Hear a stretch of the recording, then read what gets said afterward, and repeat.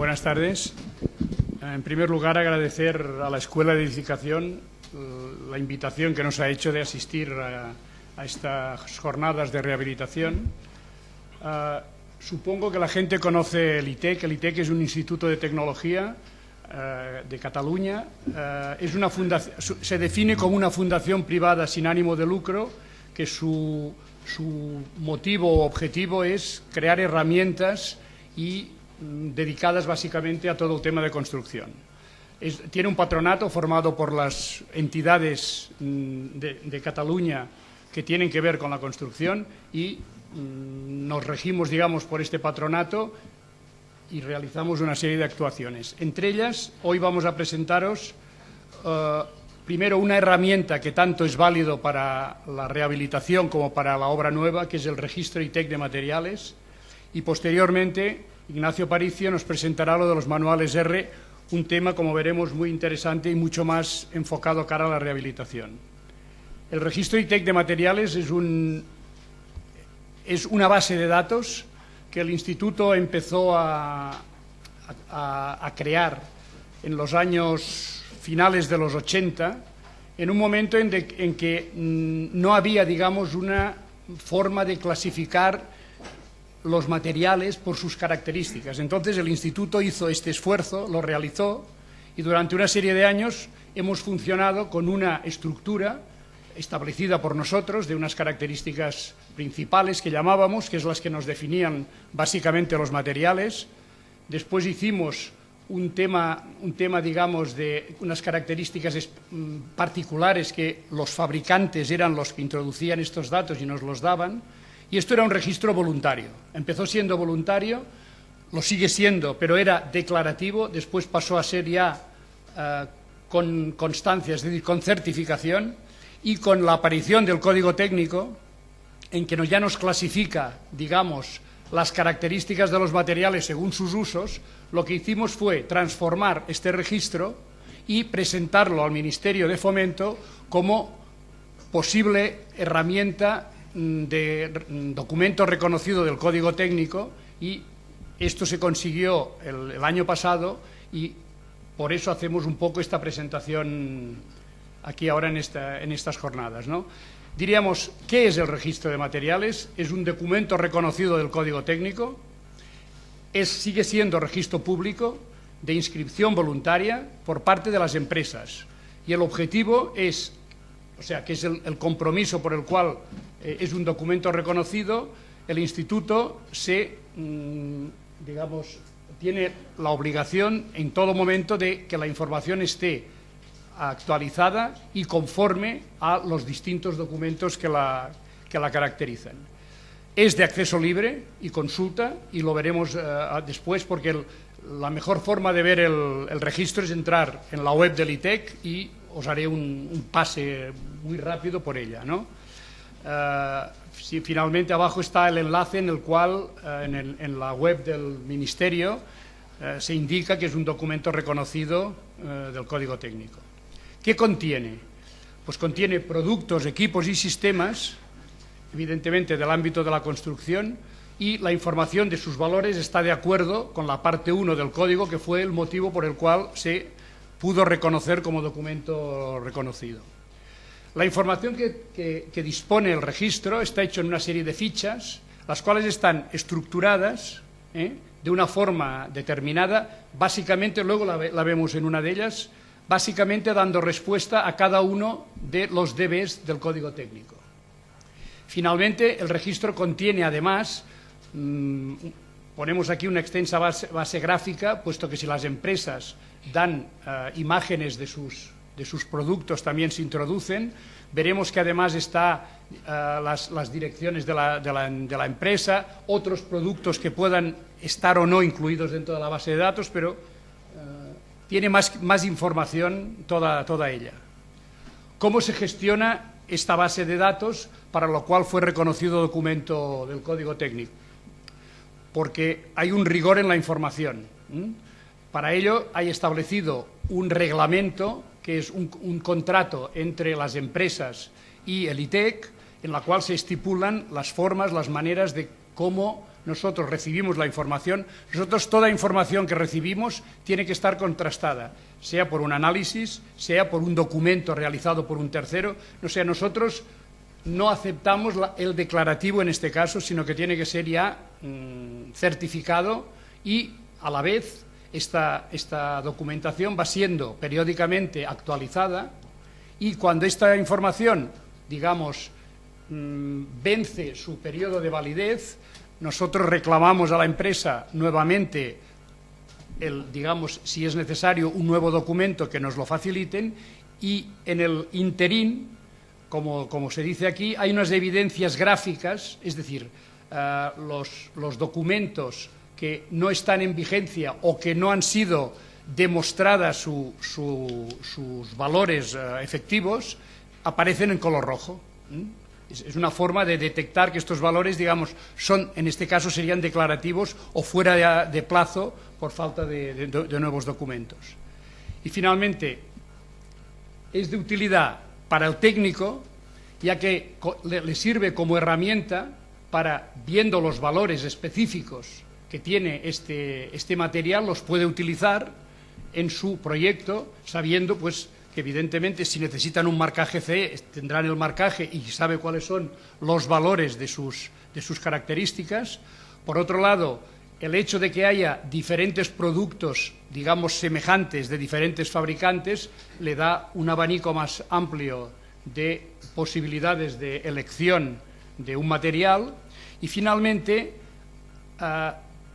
permite que sea una base de control de recepción, es decir, en la obra, cuando nosotros recibimos un producto, no es si está en el registro ITEC de materiales, al ser documento reconocido, no es necesario que el fabricante nos envíe los distintos documentos, ya que ellos se encuentran en la propia aplicación, como veremos a continuación, y por lo tanto evitamos, digamos, un trasiego de documentos.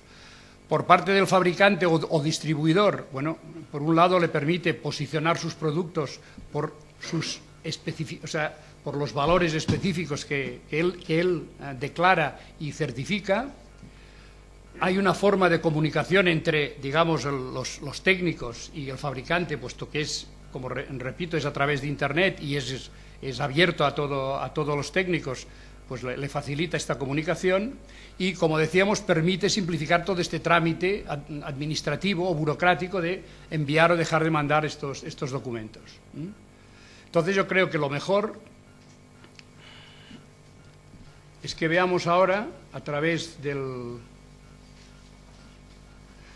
O sea, esta es la página web del Instituto del ITEC. Aquí tenemos el registro de materiales. Entonces, bueno, por un lado, aquí hay una presentación que vuelve a explicar un poco en qué consiste esta base de datos.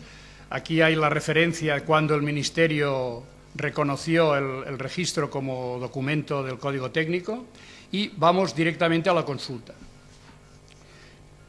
Nosotros podemos consultar los distintos productos, equipos o sistemas de tres formas distintas. A través de por sectores, digamos, esta clasificación por sectores responde a la clasificación del Banco de Precios del ITEC, que desde hace cerca de 30 años está manteniendo y está actualizando año tras año. Podemos también ordenar por nombre. Cuando es por nombre, esta fue una sugerencia que nos hizo el Ministerio y se incorporó, que es por la UNE, digamos, que regula las prestaciones que tiene que darnos el material. Y finalmente, pues por palabras clave podemos buscar también el material. Vamos a ver un ejemplo.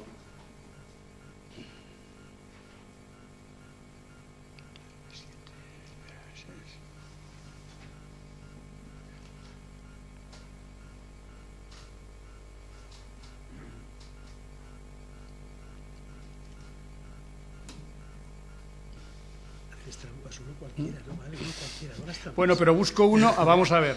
Como he dicho, es un registro público y voluntario, es decir, los productos que hay son los que hay, digamos. En este momento hay unos 7.000 productos que corresponden a 250 empresas. Como dice Ignacio, podríamos coger cualquiera, pero creo que vale la pena para explicarlo, enseñar uno que haya de todo, ¿no? Porque es que si no...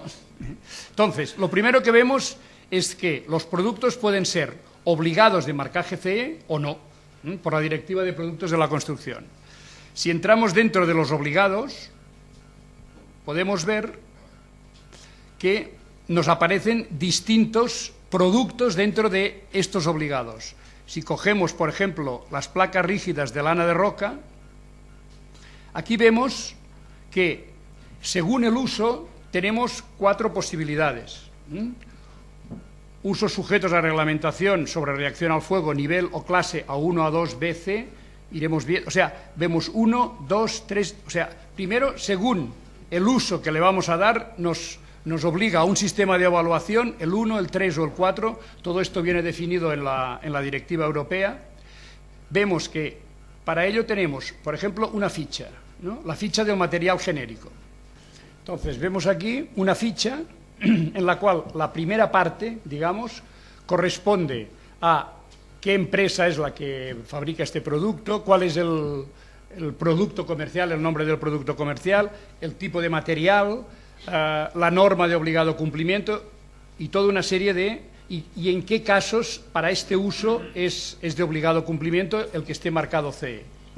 Y a partir de aquí aparecen una serie de apartados en el cual irán incluidas las características. Las características se dividen en lo que llamamos características básicas o fundamentales, son aquellas que, según la norma, me obliga el marcaje CE, con lo cual debo, digamos, responderlas todas para que yo acepte que este producto cumple con el marcaje CE. Aquí vemos a la izquierda en los valores de los productos y en la parte de la derecha tenemos las normativas y, en el caso de que exista un valor de referencia, cuál es el que nos marca la norma. Como podéis ver, cada uno de los apartados de la norma, en función del DB al cual den respuesta, se van subdividiendo en estos apartados. Esta es la ficha genérica, Esta es la que, digamos, ha de rellenar la empresa cuando un producto correspondiente a esta familia quiere introducirlo en el registro. Existe luego otro que son las características complementarias. Estas son aquellas características que la norma informa, pero que no son de obligado cumplimiento o de obligada declaración para poder marcar este producto CE. Entonces, aquí ya es voluntario por parte del fabricante el darlos o no darlos. Como mayor información como decíamos antes, el técnico, si puede comparar entre dos productos de una misma familia, tendrá mayor facilidad o mayor, un abanico mayor para tomar su decisión. Hay un tercer apartado que es, lo llamamos código técnico, CTE, que son características que el código nos indica, que debemos apuntar, pero que como tampoco son exigencias del marcaje CE, pues bueno, si el fabricante las indica, mucho mejor. Y finalmente quedan lo que llamamos, el nombre es exactamente, características de identificación. Son pues características particulares, si queremos llamarlo así, del propio fabricante. Por decir algo, podría ser el color o tamaños cuando no son unos de obligado cumplimiento los que debe haber. Bien. Aquí vemos una nota en la cual nos indica un poco cuál es, para este tipo de evaluación y en esta reglamentación de reacción sobre el fuego, las clases estas 1, 2, 3 o A1, A2, B y C que están incluidas dentro de este producto y dentro de esta evaluación. También nos indica aquí qué tipo de documentación es obligatoria presentar. Evidentemente estamos hablando de un producto marcado CE, por lo tanto tiene que llevar el producto la etiqueta CE y además nos exige la certificación de conformidad, un certificado de conformidad.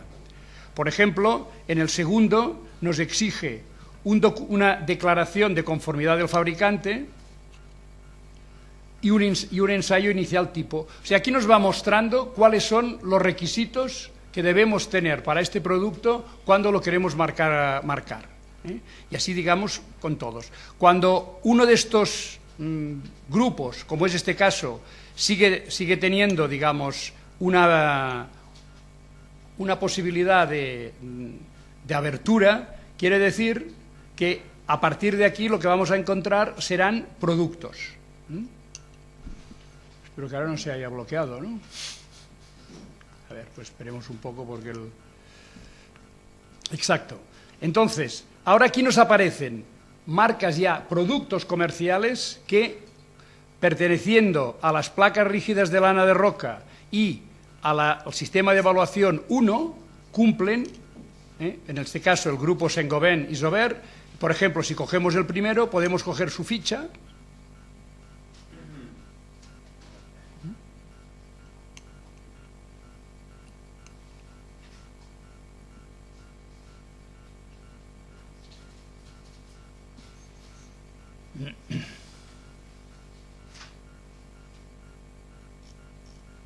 No sé, lo he abierto, pero puede ser que vaya un poco lento por el inalámbrico que tenemos.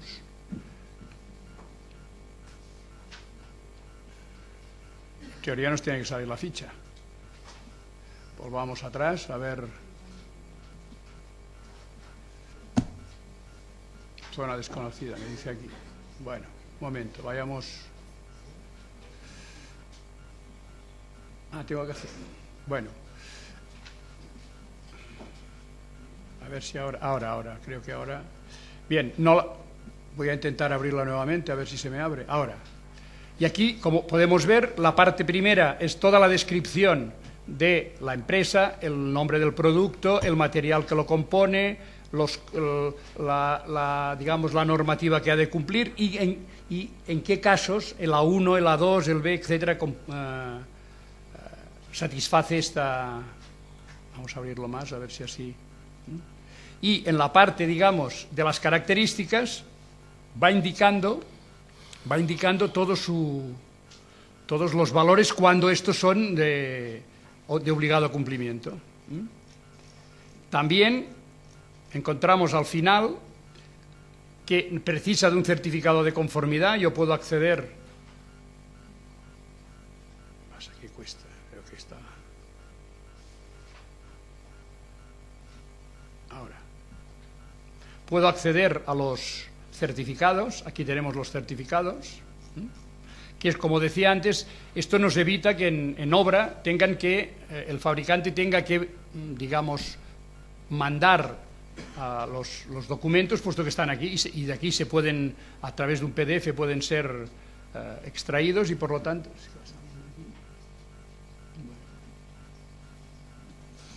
Luego, como decíamos, cuando ya hemos entrado en un producto, podemos ver, aquí hemos visto las características, podemos ver sus imágenes.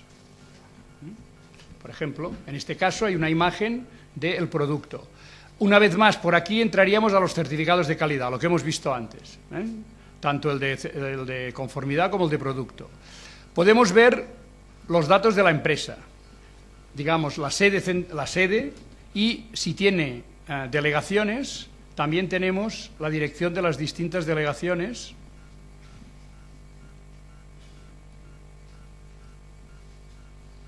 Con los teléfonos, bueno, con la información que se nos haya facilitado. Y de este grupo tenemos todos los productos, digamos, que están incluidos dentro del registro. Evidentemente, si entráramos en este, volveríamos al caso que se nos ha mostrado antes. Bien, y esto era un poco lo que queríamos presentar en cuanto al registro, que, repito, es de entrada libre para todos los técnicos. Simplemente entrando en la página, o sea, en la web del ITEC y entrando en registro de materiales, tenéis toda la información que necesitéis y que se puede utilizar, repito, tanto en la fase de proyecto como en la fase de obra a la hora de recoger los documentos, etcétera. Y ahora ya dejo la palabra a Ignacio, que os hablará del tema de los manuales R.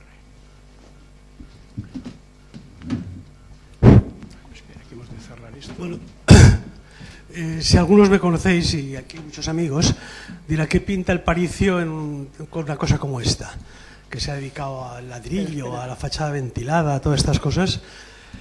Pues pinta que, jubilado de mi despacho con Luis Cotet hace 2 o 3 años, pero todavía con sentimiento de capacidad de aportación, me metí en un lío con el Ministerio para combatir el Código Técnico. El Ministerio lanzó el Código Técnico hace años, es una promoción. Pensar que esto hace como 10 o 11 años que funciona, el Código Técnico, y que es un documento pues gestionado por Álvarez Cascos inicialmente, después ha ido rodando, lo ha hecho el Torroja. Como decía Roca, es un documento que se ha pagado tanto dinero a los que han redactado capítulos que han hecho un tocho muy gordo, cuando se podía haber hecho una normativa mucho más sencilla y fácil de aplicar. Pero correspondiendo al volumen de los honorarios, nos decía Roca, ha sido el volumen del producto finalmente presentado. El Código Técnico es difícilmente aplicable en el proceso de proyecto arquitectónico, y eso es lo que me animó a mí, en una especie de sacrificio, de devolver a la sociedad lo que me había dado, animar en esta labor relativamente destructiva, o por lo menos recompositiva, del Código Técnico. El Código Técnico nació en un mal momento porque poco después llegó la crisis y prácticamente no se ha aplicado, se está aplicando relativamente poco. Pero lo peor es cuando se decidió que la actividad del sector iba a orientarse a la rehabilitación y se cogió el Código Técnico, se acercó a la rehabilitación y vio que eran difícilmente compatibles. El Código Técnico está pensado para obra nueva, está pensado para una postura muy ingenieril, para un proceso de proyecto inexistente, para unas variables contradice sus propios objetivos, puesto que quiere ser exigencial y luego es descriptivo hasta la médula. Es un documento que en absoluto está pensado para una aplicación procesual a lo largo de la creación de un proyecto. Es enemigo de la arquitectura en este sentido. Entonces, en esa discusión, cuando nos acercamos al tema de la rehabilitación, aún nos cargamos los críticos más de razón, diciendo esto no hay por dónde cogerlo. Hay una cláusula, apartado 7, de la parte 1, algo así, que dice que se aplicará en la rehabilitación, no sé qué, en la medida... ¿Esto funciona bien? ¿Me oyen al fondo? Pues en la medida en la que sea razonable o sea posible, no recuerdo la frase directamente, pero lo que brinda es solamente inseguridad jurídica y bases para la discusión entre arquitectos municipales y arquitectos en libre ejercicio, etcétera, sobre si esto es razonable o no es razonable.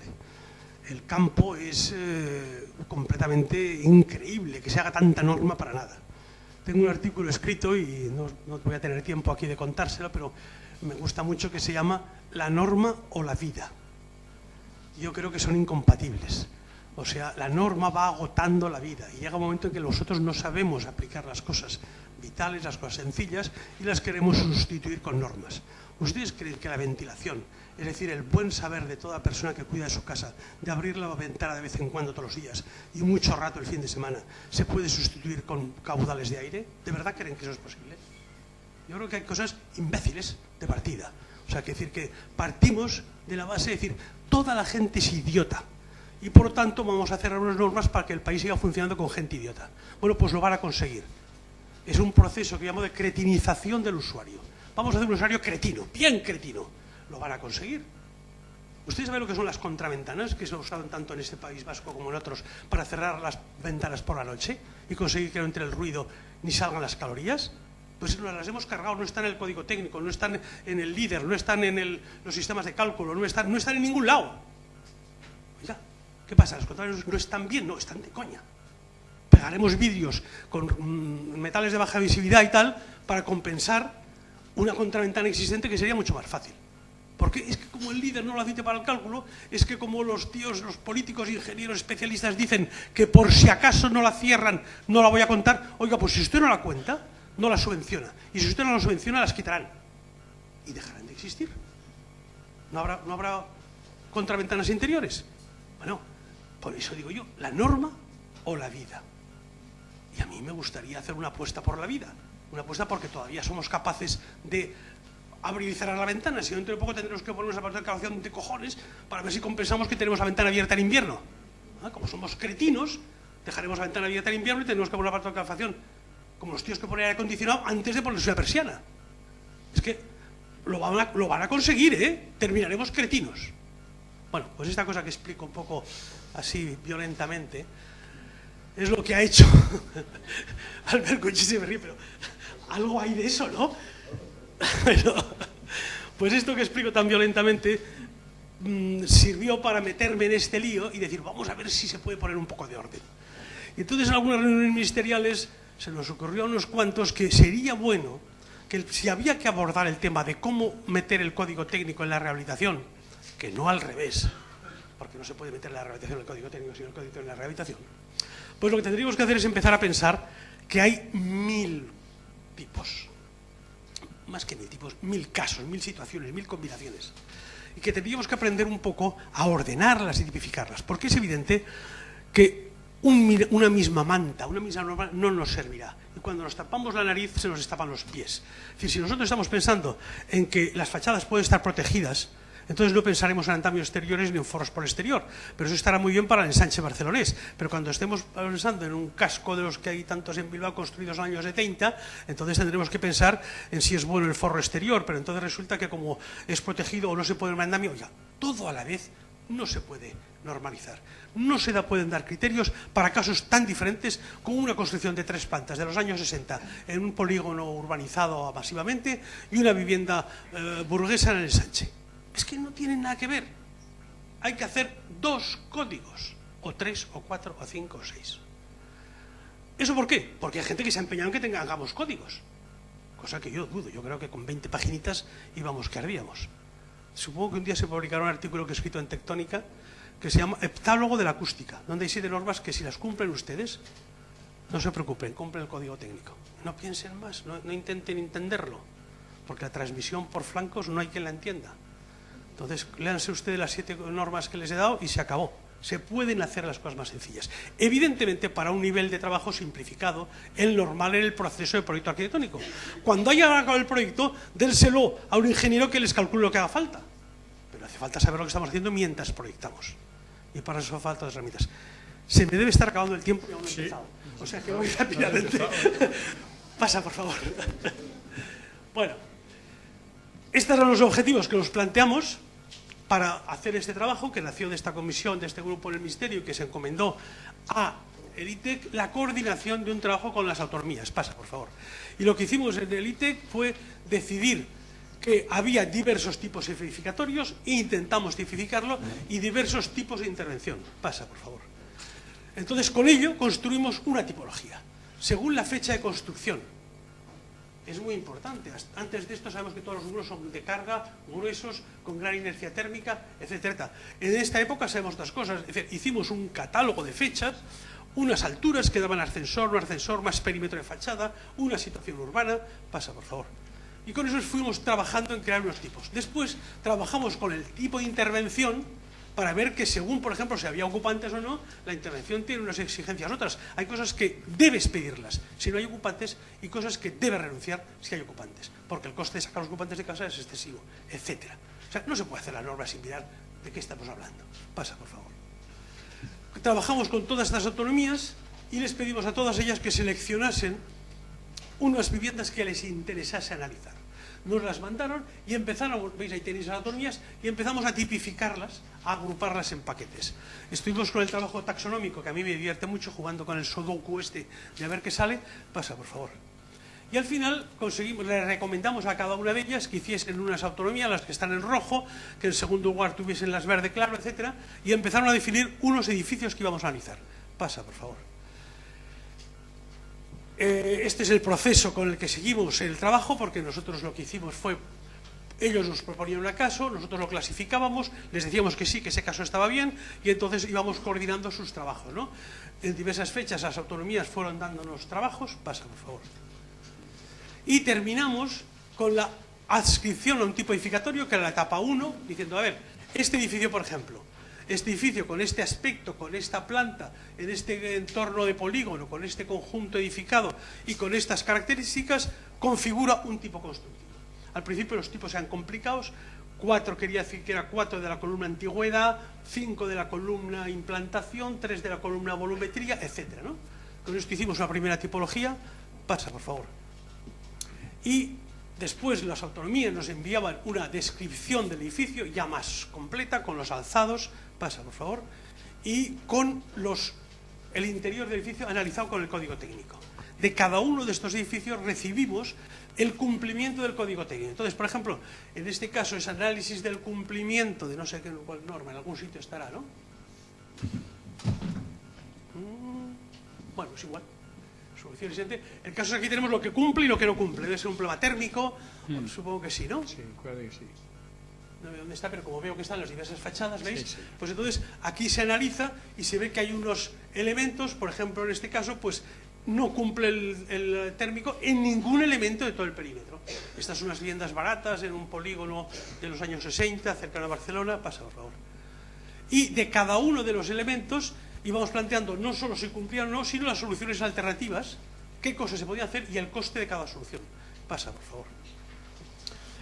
Con todo ello, después de todo este análisis de los que nos aportaban y que les interesaba y de las variables de intervención y de los tipos de problemas que nos sugerían, formamos 5 tipos. Y os puedo asegurar, porque soy así de chulo, no porque tenga ninguna conciencia tampoco, de que el 90% de los edificios que vamos a tener que preocuparnos por rehabilitar están anteriores a los años 70 y tantos, están incluidos en alguno de estos tipos.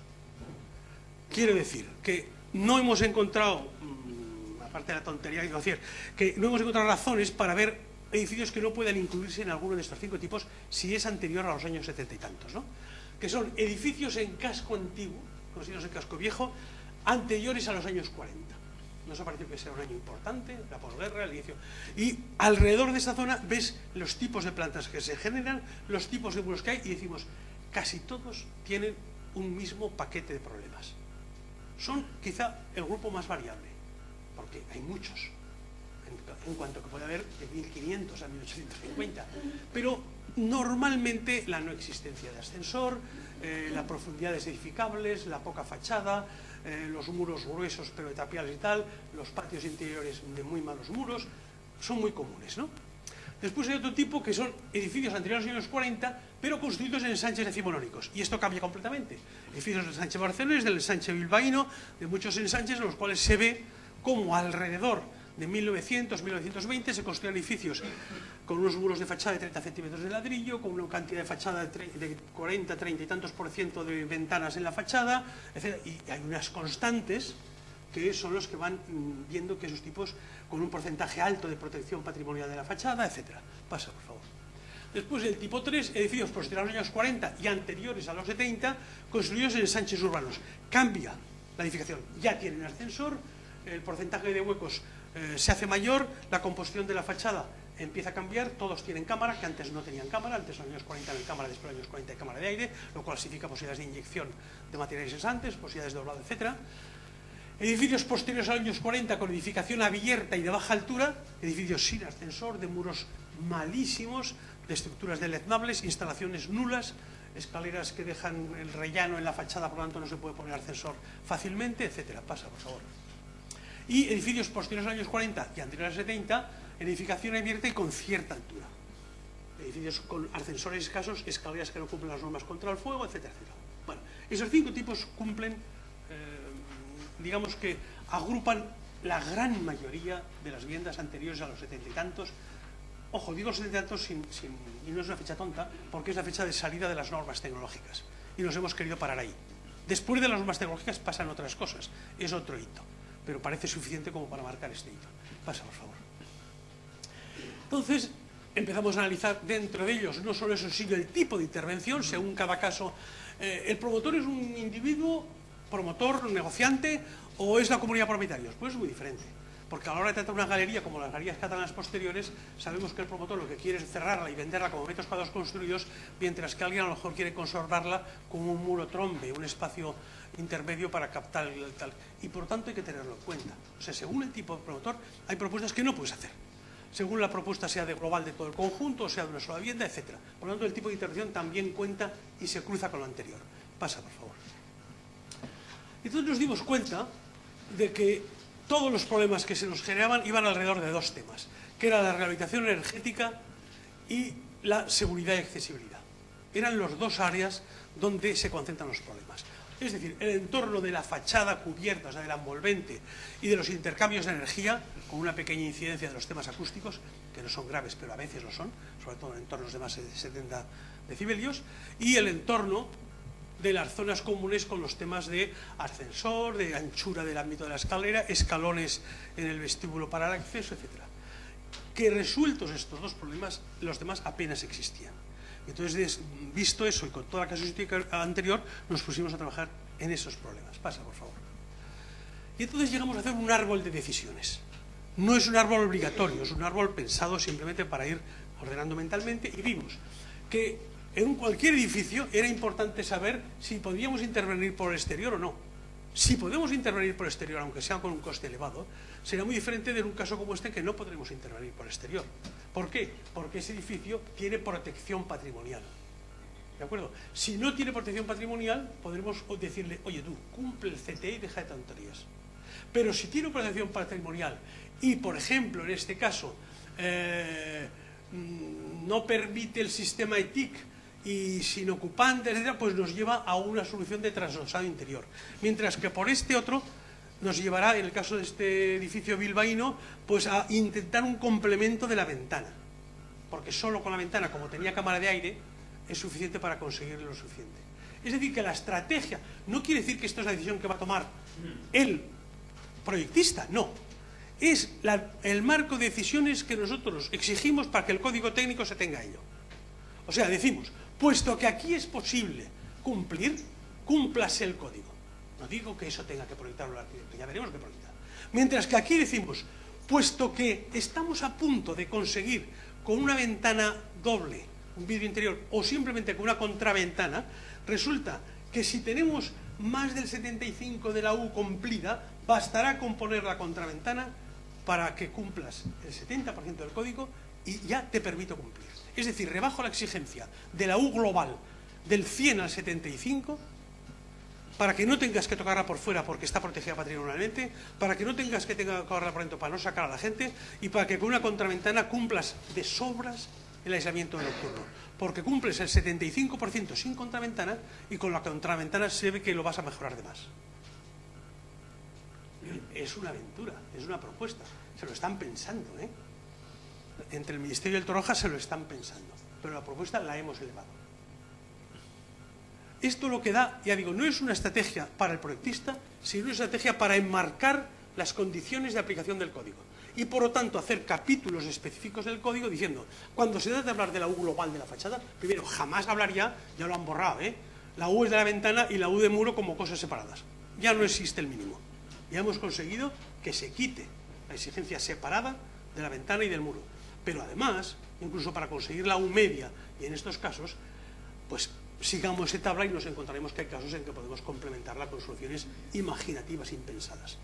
Seamos exigentes con el cumplimiento cuando esté claro que se puede hacer, pero no hace falta que seamos cuando sea tan difícil. Y tenemos que ir muy rápido, que me parece que se me acaba el tiempo. Pasa, por favor. Lo mismo se ha hecho con los accesos, y no lo voy a explicar, pero se han tipificado los diversos accesos que surgen en cada uno de los catálogos, y para cada uno de los problemas se ha hecho una solución. Por ejemplo, si el ámbito de la escalera mide 2,70 o más, hay que poner ascensor en la escalera, y se admite una escalera de 80 centímetros. ¿De acuerdo? Cosa que no cumple el código, pero es lo único que podemos hacer en este caso. Siga, por favor. Y esto son casos que ya no quiero entrar porque se nos ha acabado el tiempo, de cómo eso se resolvía en varios casos concretos con las autonomías.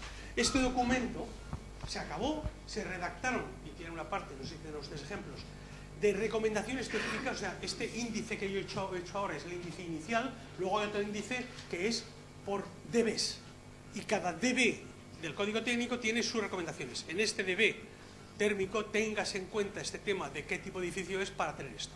Ese DB con todo ese conjunto de DBs con todas las observaciones se ha elevado al Ministerio.